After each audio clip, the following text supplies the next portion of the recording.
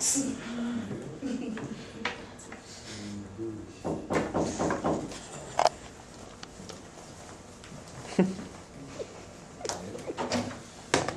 going? Good, how are you? Pretty good. Yourself? I'm doing great. I always ask you if you're doing good.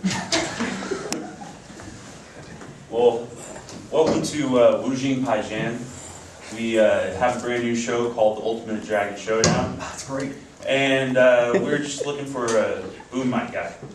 Great. Alright, so if you could, just tell me a little bit about yourself and what you've done. Well, you know, I started in the TV sound industry as a gaffer, and I moved my way up very quickly to a boom mic operator. And I've worked on some of the largest Asian reality shows that are out there. Sounds good. So what do you say that is your ideal environment? I really thrive in a like a creative environment, free-thinking environment, subtitled environment. I love those kinds of environments. Okay, well we have very good writers. And so what about your salary requirements? Well, I'm sure that you guys have already set a salary range for this position, so I'd like to know what you're offering for this position. We do salary, we don't do per show. So it would probably be for a whole season, probably about 30,000. Okay. Yen?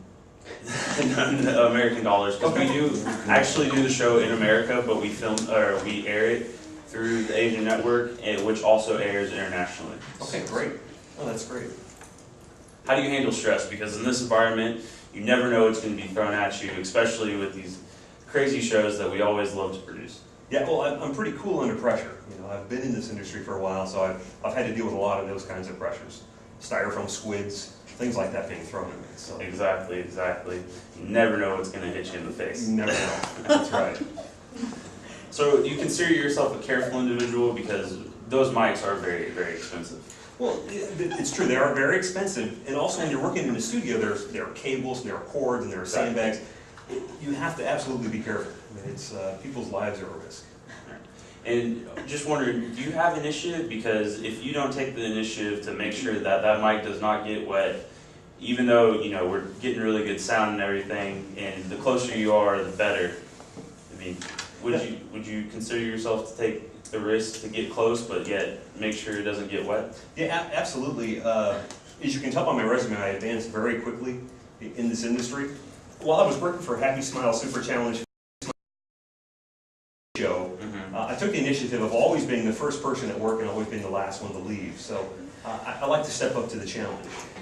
Awesome. Well, one last question. How do you feel about working with people in minority groups? Well, the truth is, I enjoy working with people from all sorts of cultures. When I worked for Who Wants to Be a Celebrity Fishmonger, that show was done entirely out of country, and it gave me an opportunity to kind of relate with other cultures. I think I work well with everyone. Awesome. Well, we do have people that come over on work visas, Okay. so that's good, and you never know exactly who you're going to be working with, because we never know. And in this environment, if you do not do your job, you're gone, and we will get somebody else. Okay, that's fair enough. Sure. So do you have any questions? I just kind of want to know how you rate your competition.